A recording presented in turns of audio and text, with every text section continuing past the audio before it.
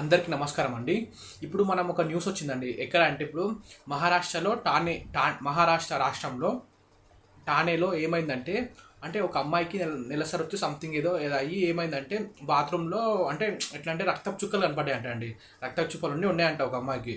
ఇప్పుడు అది చూసిన ప్రిన్సిపల్ ఏం చేసిందంటే అదే ఆ రక్తపు చుక్కలు అయితే ఉన్నాయి అవి చూసిందంట. చూసి ఏం చేసిందంటే అంటే ఆ పరిస్థితిని బట్టి ఆమె చేయాల్సిన ఒక ఏం చేసింది వాళ్ళ అందరి స్టూడెంట్స్ ఎవరైతే ఉన్నారో ఆ క్లాస్ ఎవరైతే స్టూడెంట్స్ ఉన్నారో ఒక క్లాస్ స్టూడెంట్స్ ఏం చేసిందంటే అందరిని నిలబెట్టి అందరినీ పర్సనల్గా వాళ్ళ అంటే పర్సనల్గా అంటే ఒక ప్రిన్సిపల్ అని కాదు, ఒక ప్రిన్సిపల్ ప్లస్ వాళ్ళ స్టాఫ్ మళ్ళీ ప్యూను వీళ్ళందరూ కలిసి ఏం చేశారంటే ఇప్పుడు అలా ఆ పిల్లలందరూ నిలబెట్టి గర్ల్స్ అందరూ నిలబెట్టి వాళ్ళందరినీ పర్సనల్గా తీసుకొని వాళ్ళ మొత్తం ఇన్నర్గా చెక్ చేయడము లేకుంటే మొత్తం చెక్ చేయడము అది ఏంటంట.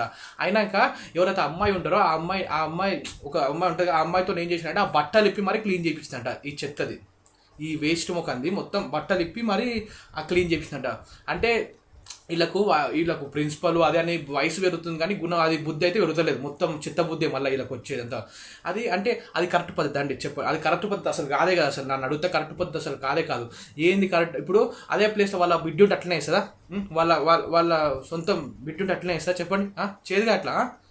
ఇప్పుడు ఏం చేయాలి అట్లా ఉన్నప్పుడు, అట్లా అయినప్పుడు ఏం చేయాలంటే వెళ్ళి చెప్పాలి, అరే ఎవరు ఇట్లా చేసిన పర్సనల్గా వచ్చి కలవండి అని పర్సనల్గా కలిసినాక ఆమె ప్రాబ్లం తెలుసుకొని ఆమెకి ఇచ్చిన సలహా ఆమెకు మంచి సలహాలు ఇవ్వాలి. ఇట్లా ఉండాలి, ఇట్లా వాడాలని మంచి ఒక ఎందుకంటే ఆమె ఒక ఉమెనే కదండి. ఆ టీచర్ అయితే ఎవరైతే ఉన్నారో టీచర్లు వాళ్ళు కూడా ఒక ఉమెన్సే, వాళ్ళు కూడా వాళ్ళకి అర్థం లేదా, వాళ్ళకి తెలియలేదు అసలు. వాళ్ళు ఇప్పుడు వాళ్ళు బయట అరే ఎవరో పాప మనదేంది అలా సిగ్గు అట్లా వాళ్ళ బట్టలు ఇప్పి మరి చేస్తుందా?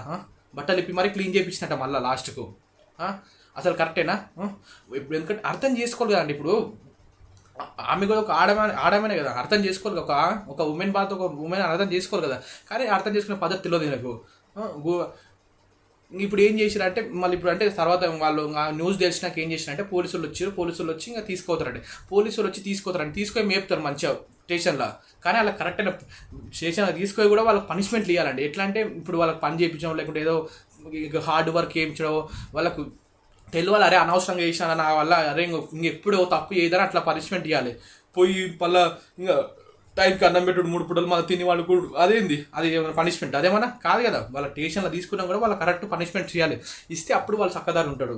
పనిష్మెంట్స్ అన్నీ ఇవ్వాలి. ఎందుకంటే ఇప్పుడు ఆ అమ్మాయి ప్లేస్తో వాళ్ళ కూతురు ఉంటే అట్లా చేస్తుందా చెప్పండి? చేయదు కదా. ఎవరైతే ఉన్నారో అమ్మాయిని ఇప్పుడు ఒక క్లాస్కి వెళ్ళి అట్లా ఎవరు చేశారు అమ్మ ఒకసారి అంటే ఎవరంటే రండి వాళ్ళకి సంథింగ్ ఒక అమ్మాయి పర్సనల్ వచ్చి కలుస్తుంది, పర్సనల్ అయితే కలుస్తుంది. అందరి ముందర ఇంకా షో అప్ అయ్యి మరేమన్నా చేసి ఏం చేయాలి? అరే ఇట్లా కాదమ్మా, ఇట్లా ఇంకో ఇప్పుడు నీకు అట్లా ఉంటే ఇంటికి వెళ్ళిపో, రెస్ట్ తీసుకొని అట్లా మంచిగా వేయాలి. అవునా కదండి? అమ్మాయికి మంచిగా ఇట్లా ఉండాలి, ఇట్లా ఉండాలని చెప్పాలి. ఎందుకంటే టీచర్ కదా, టీచర్ ఉన్నది ఎందుకు? టీచర్ ఒక్కటి ఇంకో చదువు ఒక్కటే కాదు కదా, చదువు అన్నీ చెప్పాలి. అన్నీ చెప్తేనే నిజమైన గురువు నిజమైన టీచర్ అంటారు. అందుకని అట్లా చెప్తే అప్పుడు ఆమె చేయాల్సిన వాళ్ళు చేసి ఇంకేంది ఏముందంట రక్తం చుక్క ఒక మళ్ళీ వాచ్మెన్ ప్యూన్లో ఎవరిదో ఒక క్లీనర్స్ ఉంటారు కానీ వాళ్ళని పిలిచి కారిపోతే అయిపోతుంది. దానికి ఇంత రాదంతా చేసింది. మళ్ళీ పర్సనల్గా తీసుకుపోయి వాళ్ళందరూ మళ్ళీ అందరి లోపల అంటే మొత్తం మొత్తం ప్రతి ఒక్కరు చెక్ చేసి మళ్ళీ దొరికినామని మళ్ళీ బట్టలు ఇప్పి మరి ఆమె బట్టతో కడిపించినట్టు. ఏమైనా బుద్ధి ఉందా అంత అసలు ఆమెకు? ఆ ప్రిన్సిపల్కి ఆ టీచర్లకు ఆ ప్యూన్ గానికి వీళ్ళంతా అసలు తెలివి ఉంది అసలు వాళ్ళకు?